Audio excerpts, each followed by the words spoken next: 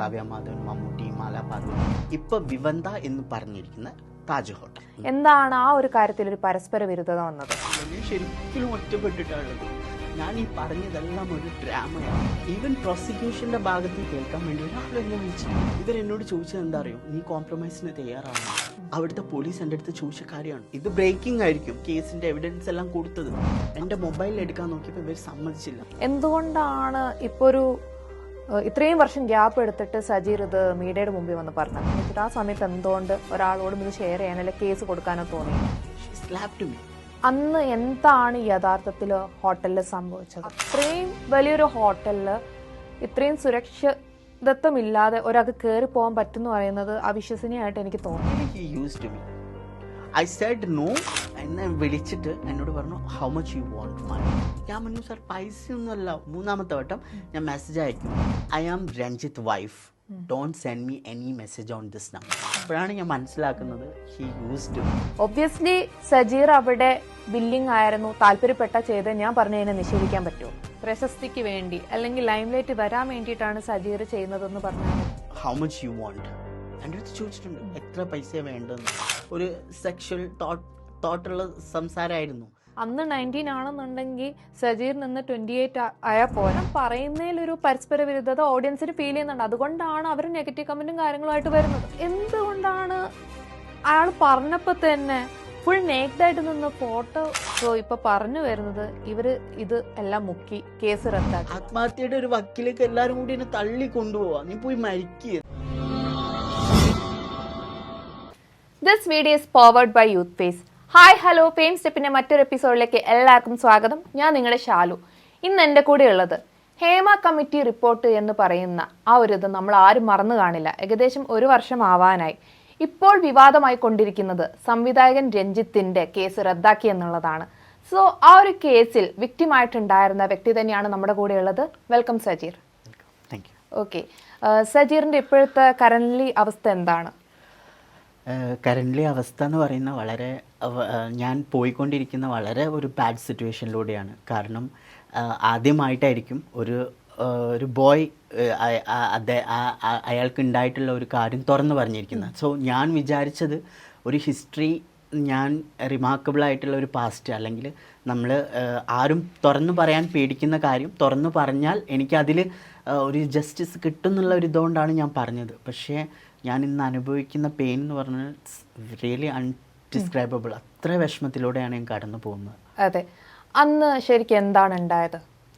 Actually ഇത് നടക്കുന്നത് 2012-ലാണ്. 2012 ഞാൻ ബാവൂട്ടിയുടെ നാമത്തിൽ സിനിമയുടെ ലൊക്കേഷൻ കോഴിക്കോടാണ് ഷൂട്ടിംഗ് നടന്നിരുന്നത്. ആ സമയത്ത് സിനിമ ഷൂട്ടിംഗ് കാണാൻ വേണ്ടിയിട്ട് എൻ്റെ വീടിൻ്റെ അടുത്തായതുകൊണ്ട് കാണാൻ വേണ്ടിയിട്ട് പോയതായിരുന്നു. അപ്പോൾ ആ സമയത്ത് വലിയൊരു താരനിര തന്നെ ഉണ്ടായിരുന്നു. കാവ്യ മാധവൻ, മമ്മൂട്ടി, മാല പാർവതി,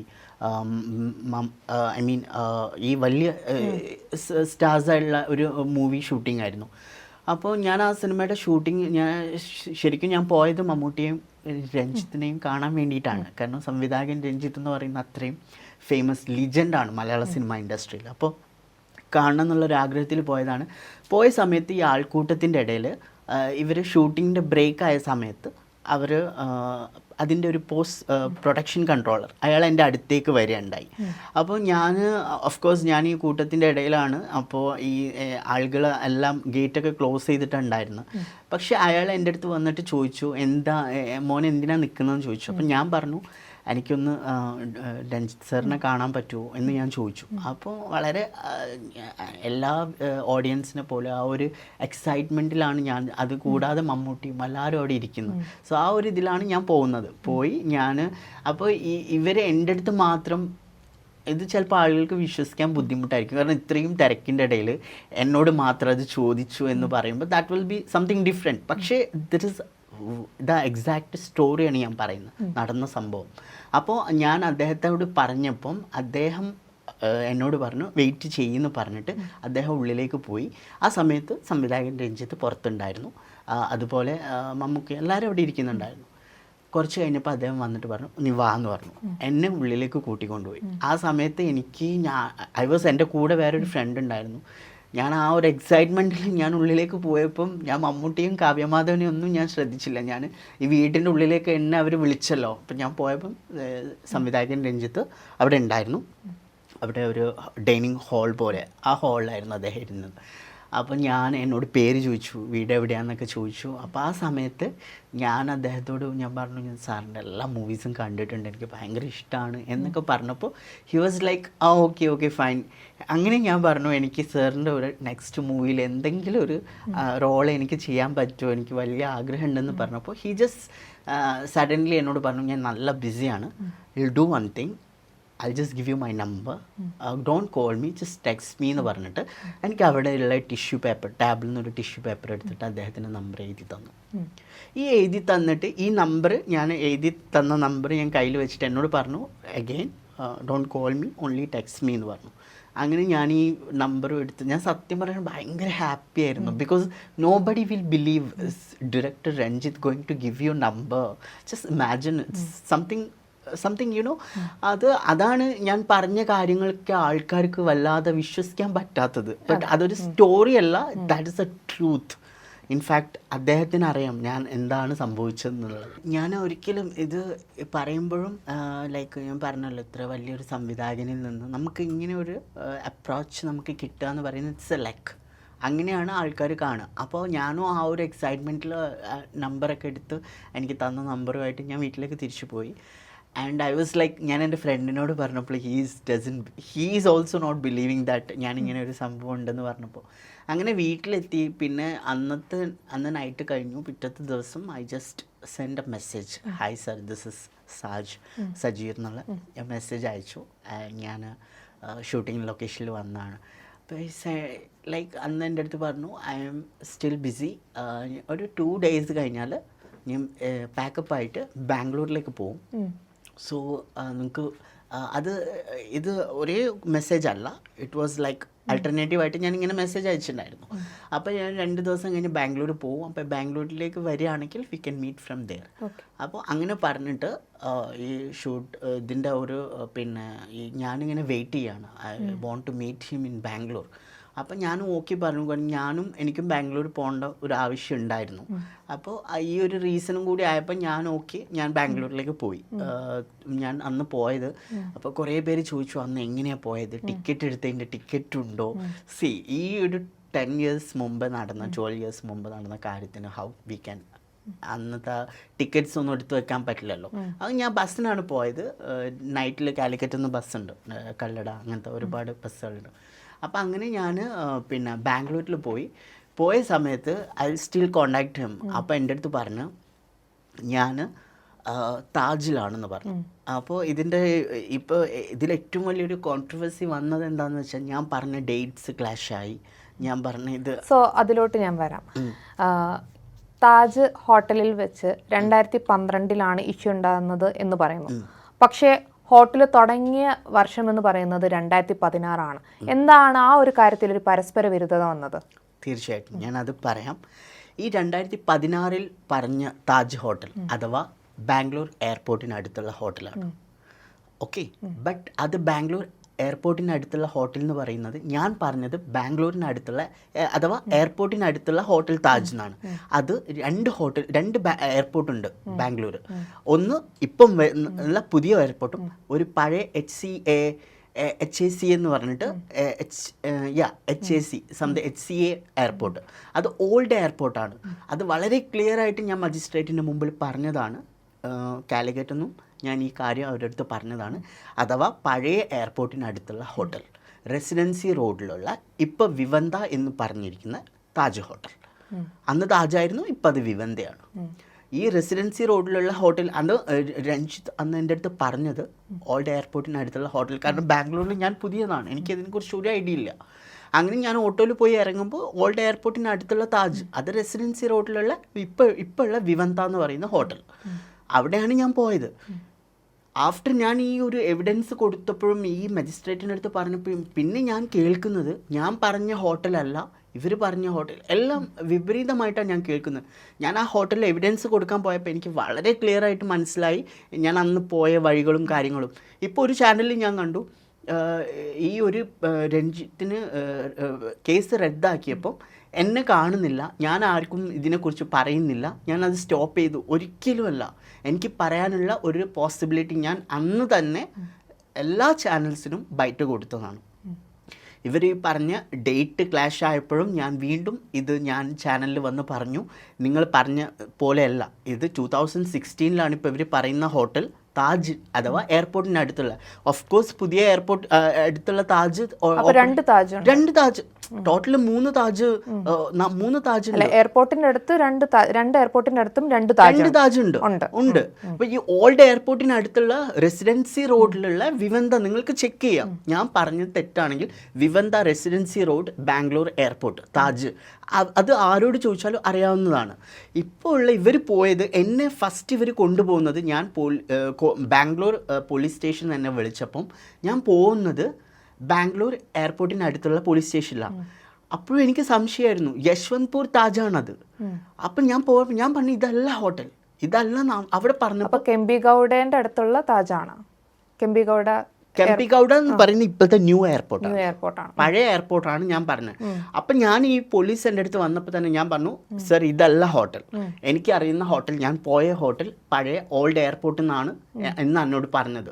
അപ്പം ആ എയർപോർട്ടിനടുത്ത് അന്ന് അപ്പം ഇവർ പറഞ്ഞു, ഈ ഹോട്ടൽ അങ്ങനെയാണെങ്കിൽ നമ്മുടെ സ്റ്റേഷൻ മാറും, ആ സ്റ്റേഷൻ്റെ പരിധിയിലാണ്.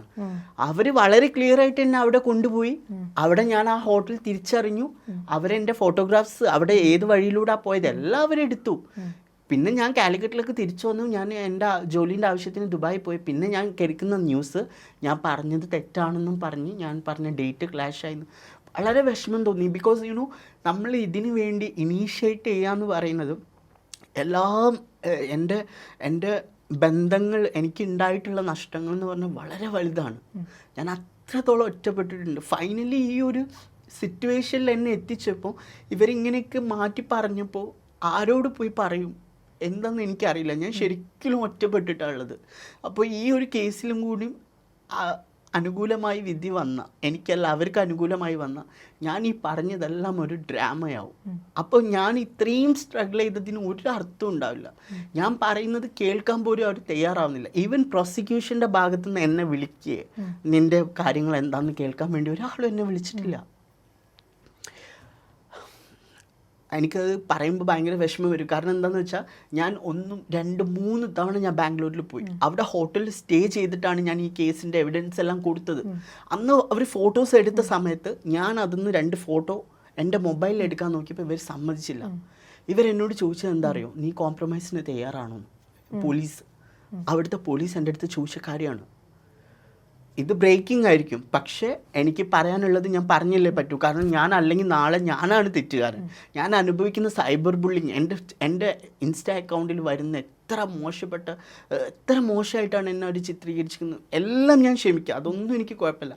പക്ഷെ ഞാൻ ഈ ഒരു കാര്യം തുറന്നു പറഞ്ഞതുകൊണ്ട് എനിക്ക് ഉണ്ടായിട്ടുള്ള നഷ്ടങ്ങൾ, എൻ്റെ കരിയർ വരെ എല്ലാം ഡിസ്ട്രോയ് ആയി. പല സ്ഥലത്തും ഇൻ്റർവ്യൂസിന് പോയിട്ട് ഷോർട്ട് ലിസ്റ്റ് ആവും, കുറച്ച് കഴിഞ്ഞ് അവർ വിളിച്ച് പറയും, നിങ്ങളല്ലേ ആ രഞ്ജിത്തിൻ്റെ ഇഷ്യൂലുള്ള. സോ ഞാനൊരു സത്യം തുറന്ന് പറഞ്ഞുകൊണ്ട് ഞാൻ എന്തിനിതൊക്കെ അനുഭവിക്കണം? അതാണ് എനിക്ക് അറിയാത്ത ഒരു കാര്യം. ഓക്കെ, ഈ ഒരു ഇഷ്യൂ നടന്നിട്ട് ഇപ്പോൾ 12 to 13 ഇയേഴ്സ് ആവാനായി. എന്തുകൊണ്ടാണ് ഇപ്പോൾ ഒരു ഇത്രയും വർഷം ഗ്യാപ്പ് എടുത്തിട്ട് സജീർ ഇത് മീഡിയയുടെ മുമ്പിൽ വന്ന് പറഞ്ഞത്? അപ്പം ഇതിൻ്റെ ഇടയിൽ ഇത്രയും വലിയ ട്രോമ അനുഭവിച്ചിട്ട് ആ സമയത്ത് എന്തുകൊണ്ട് ഒരാളോടും ഇത് ഷെയർ ചെയ്യാനോ അല്ലെങ്കിൽ കേസ് കൊടുക്കാനോ തോന്നിയില്ല? ഓക്കെ, അത് ഈ ചോദ്യത്തിന് എനിക്ക് പലരും എന്നോട് ചോദിച്ച ചോദ്യമാണ്. ഈ സമയത്ത് ഈ 2012 അല്ലെങ്കിൽ ഈ സംഭവം നടക്കുന്ന സമയത്ത് ഞാൻ ഇത് 2-3 ആൾക്കാരോട് ഷെയർ ചെയ്തു.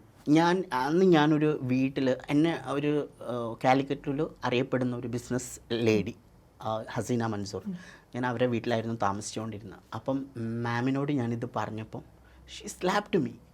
So you are doing this, നിൻ്റെ ബോഡി, നീ ഇത്ര വലിയ ഡയറക്ടർ ആണെങ്കിൽ നീ എന്തിനാ അവർക്ക് മുമ്പിൽ പോയിട്ട് കാഴ്ച വെക്കുന്നത് പറഞ്ഞിട്ട് she slapped me. She said that it is, അവർ അപ്പോഴും പറയുന്നത് ഇത് വലിയ കാര്യമല്ല, നിന്നെ അവരെ അബ്യൂസ് ചെയ്തു. ആൻഡ് ഇനി ഇത് നീ പുറത്ത് ആരോടെങ്കിലും പറഞ്ഞാൽ that will be effect on your future, your life, ആരും വിശ്വസിക്കില്ല എന്നാ പറഞ്ഞത്. അന്ന് പോലീസ് സ്റ്റേഷനിൽ പോവാനോ അല്ലെങ്കിൽ ഒരു കംപ്ലൈൻറ്റ് റേസ് ചെയ്യാനോ അന്നത്തെ സാഹചര്യം അങ്ങനെ അല്ലായിരുന്നു. I am not a very financially back born അങ്ങനത്തെ ഒരു ആളല്ല ഞാൻ അത്രയും അവസ്ഥ വളരെ ദയനീയ ആയതുകൊണ്ടാണ് ഞാൻ അവരെ വീട്ടിൽ പോയിരുന്ന് പഠിക്കുന്നത്, അവരെന്നെ സഹായിച്ചിട്ട്. അപ്പം എന്നെ ഈ സ്ലാപ്പ് ചെയ്ത സമയത്ത് തന്നെ എനിക്ക് മനസ്സിലായി, ഇതിപ്പോൾ ആരോട് പറഞ്ഞാലും there is no justice, there is no kind of, ആരും ഇത് സഹതാപത്തോടെ കാണുന്ന കാര്യമല്ല. ഞാൻ അവിടെ പോയി എന്താണ് എനിക്ക് സംഭവിച്ചത് എന്നുള്ളത് ആരോട് പറഞ്ഞാലും nobody will believe, because it's such a big director. പിന്നെ എന്തുകൊണ്ടാണ് ഹേമ കമ്മിറ്റി റിപ്പോർട്ട് വന്നപ്പോൾ ഞാനത് ഒരു പേപ്പറിൽ ആ ഒരു സമയത്ത് ഞാനൊരു ന്യൂസ് പേപ്പർ എടുത്ത് വായിക്കുന്നു. ഞാൻ ആ സമയത്ത് ഒരു ഹോട്ടലിൽ വർക്ക് ചെയ്യായിരുന്നു ആസ് എ ലോബി ഇൻചാർജ്. അപ്പം ഞാൻ വായിക്കുന്ന സമയത്ത് ബാംഗ്ലൂരിൽ ഒരു നടി, ഒരു ബംഗാളി നടി ഡയറക്ടർ രഞ്ജിത്തിനെതിരെ ഒരു എലിഗേഷൻ പറഞ്ഞു. അപ്പോൾ ഇത് വായിച്ചപ്പോൾ ഐ ഫീൽ ലൈക്ക് എന്നെ ഹോണ്ട് ചെയ്യുന്നൊരു സംഭവം, അഥവാ എൻ്റെ ചെറുപ്പത്തിൽ the age of 19 someone tried to abuse me and someone tried to used me as, അദ്ദേഹത്തിൻ്റെ പദവി പോലും അദ്ദേഹം അത് ഉപയോഗിച്ചിരിക്കുന്നത് ഈ രീതിയിലാണ്. അപ്പോൾ എന്തുകൊണ്ട് അവർ പറഞ്ഞ പോലെ എനിക്കിത് തുറന്ന് പറഞ്ഞുകൂടാ? നിങ്ങൾ പറയുന്ന പോലെ ഇതിൽ പിന്നിലൊരാളുണ്ട്, ഇത് മനഃപൂർവ്വം ഒരാളെ, അങ്ങനെയാണെങ്കിൽ എത്ര ഡയറക്ടേഴ്സ് എത്ര ആക്ടേഴ്സ് ഉണ്ട്. ഞാൻ എന്തിന്, why should I choose director Ranjith? Of course I am a film lover, I love films, I love directors. അത്രയും ലിജൻഡായിട്ടുള്ള ഒരാളെ മാത്രം പോയിന്റ് ചെയ്തിട്ട് എന്തിനു ഞാൻ പറയണം? സോ അന്ന് ആ പേപ്പറിൽ ഈ ഒരു ബംഗാളി നടിയുടെ അലിഗേഷൻ കണ്ടപ്പം എനിക്ക് ഉണ്ടായിട്ടുള്ള ഈ ഹോണ്ട് ചെയ്ത സംഭവം അത് എനിക്ക് തുറന്ന് പറയണം തോന്നി. ഞാൻ അപ്പം തന്നെ പക്ഷെ ഒരു സെക്കൻഡ് ഒപ്പീനിയൻ, ഇതിൻ്റെ കോൺസിക്വൻസ് എന്താണെന്നുള്ളത് ഞാൻ നോക്കിയില്ല. That is A truth. അതാണ് ഞാനിപ്പോൾ അനുഭവിച്ചുകൊണ്ടിരിക്കുന്ന ട്രോമ എന്ന് പറയുന്നത്. ഓക്കെ, അന്ന് എന്താണ് യഥാർത്ഥത്തിൽ ഹോട്ടലിൽ സംഭവിച്ചത്? ഓക്കെ, എനിക്കത് പറയുമ്പോൾ വിഷമമുണ്ട്. കാരണം എന്താണെന്ന് വെച്ചാൽ ദിസ് ഇസ് സംതിങ് ഒരു എന്തിന് നീ രാത്രി ബാംഗ്ലൂരിൽ അദ്ദേഹം വിളിച്ചപ്പോൾ പോയി എന്നുള്ള ചോദ്യങ്ങൾ കുറേ വന്നു. അപ്പോൾ മനസ്സിലാക്കേണ്ടത് സിനിമാ മോഹം എല്ലാവർക്കും ഉള്ള കാര്യമാണ്, അതുപോലെ എനിക്കും നല്ലോണം ഉണ്ടായിരുന്നു. അപ്പോൾ ഞാൻ ഈ സമയത്ത് ഇദ്ദേഹം ഡയറക്ടർ രഞ്ജിത്താണ്, അദ്ദേഹത്തിൻ്റെ ഗ്രാഫ് എത്രത്തോളം ഹൈ ആണെന്ന് എനിക്കറിയാം. ആ ഒരു സ്റ്റാർഡം ഡയറക്ടർ വാല്യൂ മനസ്സിലാക്കിയിട്ടാണ് ഞാൻ ബാംഗ്ലൂർ വരെ പോയത്. അവിടെ എത്തി ഈ ഹോട്ടലിൽ നമ്മൾ എൻട്രി ചെയ്യുന്ന സമയത്ത് ഞാൻ വിളിച്ചപ്പോൾ എൻ്റെ അടുത്ത് പറഞ്ഞു, ഞാൻ 4th ഫ്ലോറിൽ, എനിക്കിപ്പോഴും ഓർമ്മയുണ്ട്, 40 സംതിങ് ലൈക്ക് ദാറ്റ് ആ ഒരു നമ്പറായിരുന്നു 4th ഫ്ലോറിൽ. അപ്പോൾ എന്നോട് പറഞ്ഞു, നീ റിസപ്ഷനിൽ വന്നിട്ട് ജസ്റ്റ് ID കൊടുക്കുക, എന്നിട്ട് കയറിയാൽ മതിയെന്ന്. അപ്പോൾ ഞാൻ പോകുന്ന സമയം 9 മണി 10 മണി ബിറ്റ്വീൻ ടൈമിലാണ്, നൈറ്റിൽ. അപ്പോൾ ഇവർ പറഞ്ഞു വിസിറ്റേഴ്സ് ഈ സമയത്ത് അലൗഡ് അല്ല എന്ന് പറഞ്ഞു. അല്ലാതെ ഞാൻ ID കൊടുക്കാത്ത വിഷയമല്ല. they are not going to allow me to go inside the room the time which they have a protocol like a visitors 4-star 5-star ഹോട്ടൽസിലൊക്കെ ഉള്ള ഒരു ഇതാണ്. അപ്പോൾ എന്നെ അവർ എൻട്രി ചെയ്യാതിരുന്ന സമയത്ത് ഞാൻ രഞ്ജിത്തിനെ വിളിച്ചപ്പം സാർ ഇവരിങ്ങനെ പറയുന്നതെന്ന് പറഞ്ഞപ്പോൾ പറഞ്ഞു, നീ ഒരു കാര്യം ചെയ്യും, പുറത്തേക്ക് ഇറങ്ങിയിട്ട് he given me route to go inside. ഒരു ചാനലിൽ ഞാൻ കേട്ടു, ഞാൻ ഒരു ഹോട്ടലിലും അങ്ങനെയൊന്നും സംഭവിക്കില്ല, 5-star ഹോട്ടലാണ്, അവിടെയൊക്കെ എങ്ങനെയാണ് നമ്മൾ കയറി പോവുക, അവരുടെ സമ്മതമില്ലാതെ. സത്യമായിട്ടും he given me route to go inside. അവിടെ ബാക്കിൽ റെസ്റ്റോറൻറ്റിൻ്റെ സൈഡിലൂടെ പോയി കഴിഞ്ഞാൽ അവിടെ ഉള്ളിലേക്ക് എൻട്രി സ്റ്റെപ്പ് ഉണ്ട്, ബൈ സ്റ്റെപ്പ് കയറാനുള്ള. ഈ സ്റ്റെപ്പ് കയറി കഴിഞ്ഞാൽ ഡയറക്റ്റ്ലി നമുക്ക് കോറിഡോറിലെത്താം. This is not a story, this is not something that I am making. ഇത് സത്യസന്ധമായ കാര്യമാണ്. ഞാൻ അന്ന് പോയപ്പോൾ കണ്ടതാണ്. ആ റെസ്റ്റോറൻറ്റിന് പിന്നിലൂടെയുള്ള സ്റ്റെയർ കേസ് വഴി പോയപ്പോൾ 1st ഫ്ലോറിലെ കോറിഡോറിലെത്താം. കോറിഡോറിൽ നിന്ന് വീണ്ടും സ്റ്റെയർ കേസ് വഴി കയറിയാൽ ഫയർ എക്സിറ്റ് വഴിയാണ് ഞാൻ 4th ഫ്ലോറിൽ പോയത്. ഞാൻ 4th ഫ്ലോറിൽ പോയി. ഇപ്പോൾ ഞാൻ കമ്മിങ് ടു ദ പോയിൻറ്റ്, ഞാൻ സാറിൻ്റെ റൂം നമ്പർ എനിക്ക് പറഞ്ഞു തന്നിട്ടുണ്ടായിരുന്നു. ഞാൻ ബെല്ലടിച്ചു, ഞാൻ കയറി കഴിഞ്ഞപ്പോൾ he was like he's already drank, he's already having alcohol, I seen some vodka bottle and all. അപ്പം ഞാൻ അദ്ദേഹത്തിനെ കണ്ടു. പിന്നെ he hugged me and after that ഞാൻ പറഞ്ഞു, സർ ഞാൻ വന്നത് ഇങ്ങനെയുള്ള വഴി, എനിക്ക് പേടിയാവുന്ന. പറഞ്ഞു nobody knows that you are inside the room. ആർക്കും CCTV ഒന്നുമില്ല ആ സമയത്ത്. CCTV ഉണ്ടോ എന്നുള്ളത് എനിക്ക് ഓർമ്മയില്ല. But I M telling you, അന്ന് CCTV ഉണ്ടെങ്കിൽ ആ ഫുട്ടേജ് എടുക്കാൻ പറ്റുമെങ്കിൽ ഷ്യൂറായിട്ട് ഞാൻ കയറുന്നത് അതിലുണ്ടാവും. CCTV ഇവർക്ക് എടുക്കാൻ പറ്റുമെങ്കിൽ. ഞാൻ ഈ ബാംഗ്ലൂർ പോലീസ് ഇപ്രാവശ്യം ഞാൻ കേസിൻ്റെ കാര്യത്തിന് പോയപ്പോൾ അവരെന്നോട് ചോദിച്ചു, CCTV നമുക്ക് റിക്കവർ ചെയ്യാം, താജിൻ്റെ മെയിൻ ഹെഡ് ഓഫീസ് മുംബൈയിൽ നമുക്ക് വിളിച്ചു കഴിഞ്ഞു. പക്ഷെ അതിൻ്റെ ഒന്നും ഫോളോ അപ്പ് പിന്നെ ഉണ്ടായിട്ടില്ല സത്യം പറയുകയാണെങ്കിൽ. അങ്ങനെ പറയുകയാണെങ്കിൽ ഞാൻ അദ്ദേഹത്തിൻ്റെ റൂമിൽ പോയി, അദ്ദേഹം ഹഗ് ചെയ്തു. പിന്നെ അതിന് ശേഷം he just all like I was like wondering, because എനിക്കൊരിക്കലും വിശ്വസിക്കാൻ പറ്റുന്നുണ്ടായിരുന്നില്ല അത്രയും വലിയ ഡയറക്ടറിൻ്റെ മുമ്പിൽ. ഓക്കെ, എനിക്ക് വന്ന ഡൗട്ടാണ് പറയുന്നത് 5 സ്റ്റാർ ഹോട്ടൽ തന്നെയാണ് താജ് എന്ന് പറയുന്നത്. സോ അത്രയും വലിയൊരു ഹോട്ടലിൽ ഇത്രയും സുരക്ഷിതത്വമില്ലാതെ ഒരാൾക്ക് കയറി പോകാൻ പറ്റുമെന്ന് പറയുന്നത് അവിശ്വസനീയമായിട്ട് എനിക്ക് തോന്നുന്നു. അത് എനിക്ക് ആ സമയത്ത് നടന്ന കാര്യമാണ് ഞാൻ പറയുന്നത്.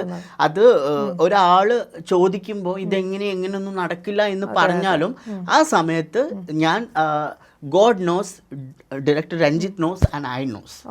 അവിടെ സെക്യൂരിറ്റിയും കാര്യങ്ങളൊന്നും ഇല്ലായിരുന്നു. എല്ലാം ഉണ്ടായിരുന്നു. സെക്യൂരിറ്റി മീൻസ് നമ്മൾ റിസപ്ഷനിൽ നിന്ന് പുറത്തേക്ക് ഇറങ്ങുന്നു, പുറത്തു നിന്ന് പുറത്തു നിന്ന് നമ്മൾ പാർക്കിങ്ങിൻ്റെ അങ്ങോട്ട് പോകുന്ന വഴിക്ക് ഈ സൈഡിൽ ഒരു എക്സിറ്റ് അഥവാ റെസ്റ്റോറൻറ്റ് ഉണ്ട് അവിടെ. അത് റെസ്റ്റോറൻറ്റിൽ ഇപ്പോൾ എല്ലാവർക്കും പുറത്തു കൂടി പോവാൻ ചെയ്യാമല്ലോ.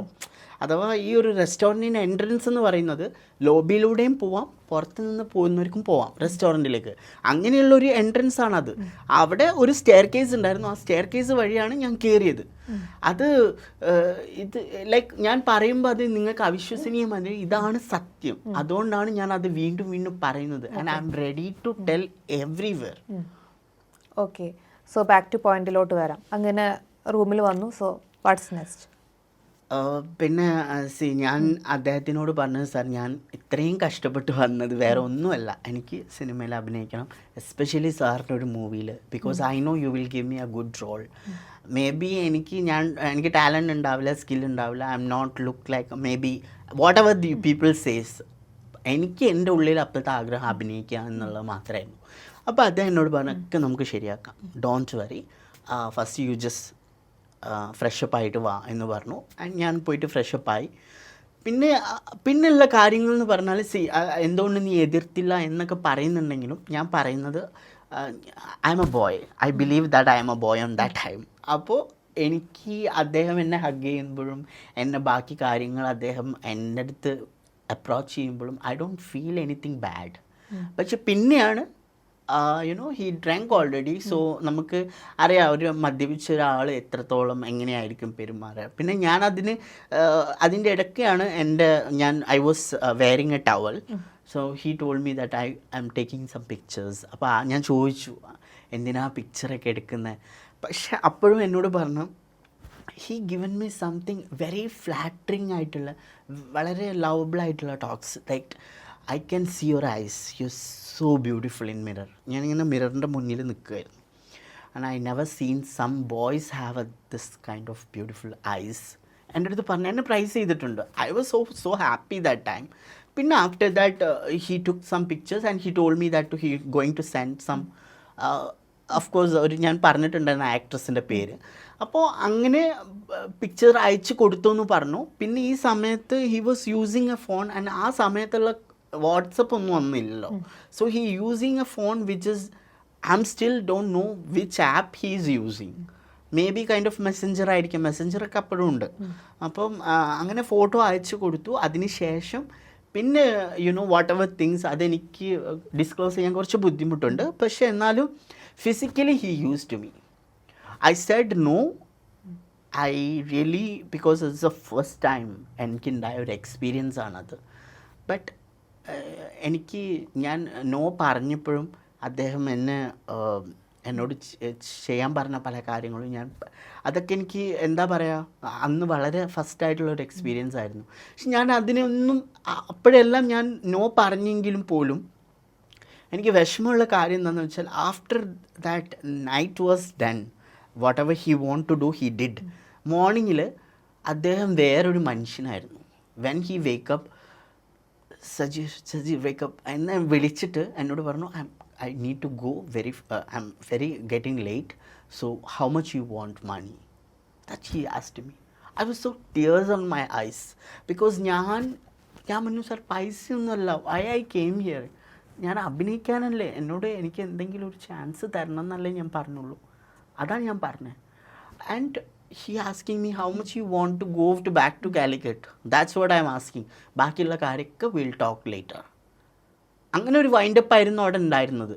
അപ്പോഴും ഞാൻ പറയുന്നത് ഇതാണ്, ഞാൻ വിഷമത്തോടാണ് പറയുന്നത്. ബിക്കോസ് എനിക്ക് പേടിയായി, ഇന്നലെ കണ്ട ആളെയല്ല ഇന്ന് ഞാൻ കാണുന്നത്. So he's changed a lot. ഇന്നലെ നൈറ്റിൽ അത്രയും ഓഫറും ഡിമാൻഡ്സും whatever he saying entirely different in the morning that I am seeing him. അപ്പോൾ ഞാൻ ഓക്കെ ഹീസ് ഗെറ്റിംഗ് ലേറ്റ് എന്ന് പറഞ്ഞപ്പോൾ ഞാനും ഓൾറെഡി ശരി എന്നാൽ പിന്നെ അങ്ങനെ ഞാൻ വീണ്ടും റിക്വസ്റ്റ് ചെയ്തു, സർ എന്തായാലും എനിക്ക് ഒരു ചാൻസ് സിനിമയിൽ തരണം എന്നൊക്കെ പറഞ്ഞപ്പോൾ ഓക്കെ ഫൈൻ എന്ന് പറഞ്ഞു. അങ്ങനെ ഞാൻ അവിടുന്ന് ഇറങ്ങുന്നത്, ഇപ്പോഴും ഞാൻ പറയാം, ഞാൻ ഇറങ്ങുന്നത് ആ വഴിയല്ല ഞാൻ ഇറങ്ങുന്നത്, ഞാൻ റിസപ്ഷൻ വഴി തന്നെയാണ് ഇറങ്ങി വന്നത്. പക്ഷെ നൈറ്റിൽ ഉണ്ടായിരുന്ന സ്റ്റാഫോ ആരും ആയിരിക്കില്ലല്ലോ മോർണിംഗിൽ ഉണ്ടാവുക.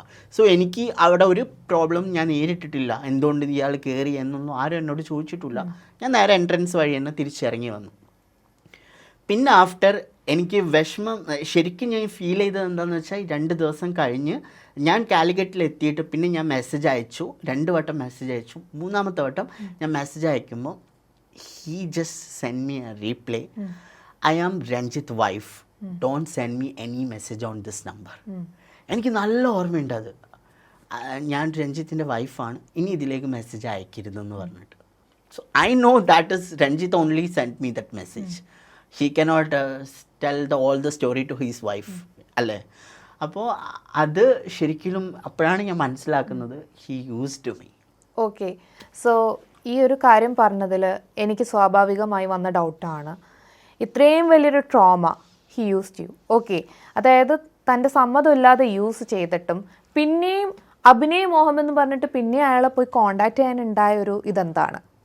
ഇത്രയും വലിയൊരു ട്രോമ സജീറിന് ഓൾറെഡി ഉണ്ടായിട്ടുണ്ട്, എന്നിട്ട് വീണ്ടും പോയിട്ട് ചാൻസ് വേണം, ചാൻസ് തരണം എന്ന് പറയുമ്പം ഒബ്വിയസ്ലി സജീർ അവിടെ ബില്ലിംഗ് ആയിരുന്നു, താല്പര്യപ്പെട്ട ചെയ്ത് ഞാൻ പറഞ്ഞതിനെ നിഷേധിക്കാൻ പറ്റുമോ? ഒരാളുടെ മോഹം, ഒരാളുടെ ആഗ്രഹം എന്ന് പറയുന്നത് ഏറ്റവും വലിയ മലയാളി മൊത്തമായിട്ടുള്ള ഒരു ടിപ്പിക്കൽ മല്ലൂസിൻ്റെ അല്ലെങ്കിൽ അങ്ങനെയുള്ള ഒരാളുകളുടെ ചിന്താഗതിയാണ് ഞാൻ പറയുന്നത്. നമ്മൾ അബ്യൂസ്ഡ് ആയി അല്ലേ, ശരിയാണ്, അബ്യൂസ്ഡ് ആയി. പക്ഷേ എന്നെപ്പോലെ ഇപ്പം എൻ്റെ ഫാമിലി ബാക്ക്ഗ്രൗണ്ട് എന്ന് പറഞ്ഞാൽ വളരെ പുവർ ഫാമിലി ബാക്ക്ഗ്രൗണ്ടാണ്. And I am from Calicut, so I know this all things happening to around me. Something that what I am saying is ഇങ്ങനെയുള്ള ഒരു അല്ലെങ്കിൽ ഒരു സെയിം സെക്സ് ആളുകൾ താല്പര്യപ്പെടുന്ന ഒരു സംഭവമാണെന്നും ഇങ്ങനെ ഒരു സംഭവം ഉണ്ടെന്നൊക്കെ എനിക്ക് കുറച്ചൊക്കെ അറിയാം. അങ്ങനെയുള്ളൊരു സമൂഹത്തിലാണ് ഞാൻ ജീവിക്കുന്നത്. Especially I am from Calicut. I am not എല്ലാവരെയും ഞാൻ പറയുന്നില്ല, ഞാൻ എൻ്റെ സറൗണ്ടിങ്ങിലുള്ള കാര്യം ഞാൻ പറഞ്ഞു. അപ്പോൾ എനിക്ക് അങ്ങനെ ഒരു മോശം അനുഭവം ഉണ്ടായിട്ടും ഞാൻ എന്തുകൊണ്ടാണ് അത് സഹിച്ചിട്ട് വീണ്ടും ഞാൻ അദ്ദേഹത്തിനോട് ഈവൻ ഞാൻ അന്ന് അദ്ദേഹത്തിന് മെസ്സേജ് അയച്ചപ്പോൾ ഞാൻ പറഞ്ഞു, എനിക്ക് ഇതുവരെ ലൈഫിൽ ഇങ്ങനെ ഒരു അനുഭവം ഉണ്ടായിട്ടില്ല. ഇതും ഞാൻ ഓൺലി ഞാൻ സഫർ ചെയ്യുന്നത് ബിക്കോസ് എനിക്കൊരു അഭിനയിക്കണം എന്ന് സ്റ്റിൽ എൻ്റെ ആഗ്രഹമായിരുന്നു. അദ്ദേഹം എന്നെ അടിക്കുകയോ അല്ലെങ്കിൽ അദ്ദേഹം എന്നെ പിന്നെ ഫിസിക്കലി എന്നെ ഹരാസ് ചെയ്യുകയൊന്നും ചെയ്തിട്ടില്ല. അദ്ദേഹം അബ്യൂസ് ചെയ്തു എന്ന് പറയുന്നത് ഓഫ് കോഴ്സ് അദ്ദേഹം എന്നോട് എന്ത് രീതിയിലാണോ ഫിസിക്കൽ കോണ്ടാക്ട് ഉണ്ടായത് അതും ഒരു മൈൽഡായിരുന്നു എൻ്റെ ഭാഗത്തു നിന്നുള്ള ഓപ്പോസിറ്റ് പെർമിഷൻ. മനസ്സിലായോ? അപ്പോൾ അപ്പോഴും ഞാൻ മൈൽഡ് ആണെന്ന് പറയുമ്പോഴും സ്റ്റിൽ അവിടെ സമ്മതം ഉണ്ടെന്നാണ് അതിൻ്റെ അർത്ഥം. സമ്മതിച്ചിട്ട് ഞാൻ അവിടെ സമ്മതിച്ചിട്ടല്ല ഞാൻ അത് ചെയ്തത്. എനിക്കിപ്പോഴും നല്ല ഓർമ്മയുണ്ട്, ബോധ്യമുണ്ട്. ഞാൻ സമ്മതിച്ചിട്ടല്ല അത് ചെയ്തത്. ഞാൻ വേണ്ട എന്നും പലവട്ടം ഞാൻ പറഞ്ഞിട്ടുണ്ട്. പക്ഷെ അദ്ദേഹം എന്നോട് ഞാൻ പറഞ്ഞു, ആൽക്കഹോളിക്കായ ഒരു മനുഷ്യൻ, ഞാൻ അവിടെ വന്നതുപോലും ആ എൻട്രൻസിൽ റിസപ്ഷനിൽ അറിയില്ല. പിന്നെ ഞാൻ അവിടുന്ന് ഒരു നോ പറഞ്ഞ് ഇറങ്ങി ഓടുക, അതൊക്കെ പറഞ്ഞ് that will be A different story. അപ്പം അതിനുള്ള ആ ഒരു മെൻ്റൽ കപ്പാസിറ്റി എനിക്ക് ഉണ്ടായിരുന്നില്ല. അതാണ് സത്യത്തിൽ സംഭവിച്ചത്. അല്ലാതെ വില്ലിംഗ് ആയിട്ട് ഞാൻ ചെയ്ത ഒരു കാര്യമാണെങ്കിൽ എനിക്കതിപ്പോൾ തുറന്നു പറയേണ്ട കാര്യം. അങ്ങനെ ഒരു ട്രോമ ഫേസ് ചെയ്തിട്ടും വീണ്ടും ആ റൂമിൽ തന്നെ സ്റ്റേ ചെയ്യാൻ തോന്നിയ ഒരു സാഹചര്യം എന്താണെന്നാണ് ഞാൻ ഇപ്പോൾ ചിന്തിക്കുന്നത്. അതെ, ബാംഗ്ലൂരിലാണ്. ഞാൻ പറഞ്ഞു വെരി ന്യൂ ടു സിറ്റി. എനിക്ക് ബാംഗ്ലൂർ സിറ്റി എന്ന് പറഞ്ഞാൽ വെരി ന്യൂ ടു സിറ്റിയാണ് ആ സമയത്ത്. പിന്നെ ആ രാത്രി ഇറ്റ്സ് എ ലേറ്റ് നൈറ്റ്. അത് ഞാൻ അദ്ദേഹത്തെ വിശ്വസിച്ച് മാത്രമാണ് കാലിക്കറ്റിൽ നിന്ന് അങ്ങോട്ട് പോയത് അല്ലേ. അപ്പം ഞാൻ അവിടെ ആ റൂമിൽ നിൽക്കുമ്പോൾ പിന്നെ എൻ്റെ മനസ്സിൽ ഇത് ഒരു സ്ട്രേഞ്ചറായിട്ടുള്ള ഒരാളല്ല. I knows this is a director Ranjith. I knows എൻ്റെ മുമ്പിൽ അദ്ദേഹം ചെയ്തു വെച്ച കുറേ സിനിമകളും അദ്ദേഹത്തിൻ്റെ വാല്യൂ ആണ് എൻ്റെ മനസ്സിലുണ്ടാകുന്നത്. അപ്പോൾ അവിടെ ഒരു സേഫ് സോൺ ഞാൻ കണ്ടിട്ടുണ്ട്. അല്ലാതെ ഞാൻ എല്ലാ കാര്യങ്ങളും ഞാൻ പറയുന്നത് സമ്മതിച്ചു തരിക അല്ലെങ്കിൽ ഞാൻ വില്ലിംഗ് ആയിട്ടില്ല. അദ്ദേഹം അത്രയും വലിയൊരു സംവിധായകനാണ്, എസ്പെഷ്യലി ഹീസ് ഫ്രം കാലിക്കറ്റ്. അപ്പോൾ ആ ഒരു ഇതുകൊണ്ടാണ് ഞാൻ അന്ന് അവിടെ സ്റ്റേ ചെയ്തത്. അല്ലാതെ ഞാൻ അവിടെ നിർബന്ധിതമാവുക അല്ലെങ്കിൽ എന്നെ പിടിച്ച് കെട്ടിവെക്കുകയൊന്നുമല്ലായിരുന്നു. എനിക്ക് വേറൊരു ഓപ്ഷൻ അവിടെ ഉണ്ടായിരുന്നില്ല. ഇപ്പം ഞാനത് തുറന്നു പറയുമ്പോഴും ഞാൻ ഒരിക്കലും വില്ലിങ് ആയിട്ടല്ല അത് പറഞ്ഞിട്ടില്ല. ഇപ്പോഴും ആളുകൾ പറയും ഇപ്പം ചാൻസ് കൊടുക്കാത്തതിൻ്റെ പേരിൽ അവൻ്റെ കാര്യം കഴിഞ്ഞപ്പോൾ അങ്ങനെയൊന്നും അല്ല. തീർച്ചയായിട്ടും പ്രേക്ഷകർ അങ്ങനെ ചിന്തിക്കുള്ളൂ. അങ്ങനെ അത് ചിന്തിക്കുന്നത് അവരുടേത്. പക്ഷെ ഞാൻ ഈ പറയുന്ന കാര്യങ്ങൾ ഇതൊന്നും എനിക്കറിയാം ഞാൻ ആരെക്കുറിച്ചാണ് പറയുന്നത്, ഞാൻ എവിടെ ഇരുന്നാണ് ഇത് പറയുന്നത്, എല്ലാം എനിക്ക് ബോധ്യമുണ്ട്. അതുകൊണ്ടാണ് ഞാൻ ഇപ്പോഴും എന്തൊരു പ്രോബ്ലം ഇപ്പം കേസ് സ്റ്റേ ചെയ്തു എന്ന് പറഞ്ഞു, ഇതിൻ്റെ ഇടയ്ക്ക് എൻ്റെ ജോലി നഷ്ടപ്പെട്ടപ്പോൾ എല്ലാം ഞാൻ ചാനൽസിൽ വന്നിട്ട് ഇത് സൊസൈറ്റിയോട് തുറന്നു പറഞ്ഞാൽ അത് പറയുന്നത് എനിക്ക് എൻ്റെ ഭാഗത്ത് ശരിയുണ്ടെന്ന് ഞാൻ വിശ്വസിക്കുന്നുണ്ട്. എനിക്ക് അന്ന് നടന്നത് വളരെയധികം അദ്ദേഹം ഒരിക്കലും അദ്ദേഹത്തിൻ്റെ പദവി ദുരുപയോഗം ചെയ്യാൻ പാടില്ലല്ലോ. ഓക്കെ, ഇത് പറഞ്ഞപ്പോഴാണ് ഞാനൊരു ക്വസ്റ്റ്യനിലോട്ട് വരാം. ഇപ്പം സജീർ പറഞ്ഞു അദ്ദേഹത്തിൻ്റെ പദവി ദുരുപയോഗം ചെയ്യാൻ പാടില്ലല്ലോ എന്നുള്ളത്. സോ സൊസൈറ്റിയിൽ അത്രയും ഒരു വലിയ പൊസിഷനിൽ നിൽക്കുന്ന ആളാണ് ഡയറക്ടർ രഞ്ജിത്ത് എന്ന് പറയാം. അപ്പം ഒരു പക്ഷേ അഭിനയിക്കാൻ അവസരം തന്നിരുന്നെങ്കിൽ, ഇതൊക്കെ സംഭവിച്ച് അഭിനയിക്കാൻ അവസരം തന്നിരുന്നെങ്കിൽ സജീർ എന്ന് പറയുന്ന ആൾ ഈ ഒരു കാര്യം പബ്ലിക്കിൽ വന്ന് പറയില്ലായിരുന്നു. I still ask him to say me sorry. I wanted to tell him that he should have to tell me I'm sorry for that.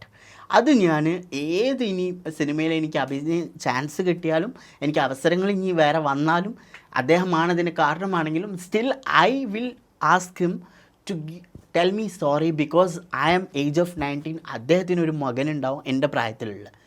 So അന്ന് എനിക്കുണ്ടായ ഹോണ്ട് എന്ന് പറഞ്ഞാൽ ഞാൻ മറക്കാനാവാത്തത്. അതുകൊണ്ട് ഞാൻ അദ്ദേഹത്തിന് എന്നോട് സോറി പറയണം എന്നുള്ളത് ഞാൻ എൻ്റെ മനസ്സിൽ വെച്ച കാര്യമാണ്. അത് ഹോണ്ട് ചെയ്തതുകൊണ്ടാണ് ഞാൻ അത് തുറന്നു പറഞ്ഞത്.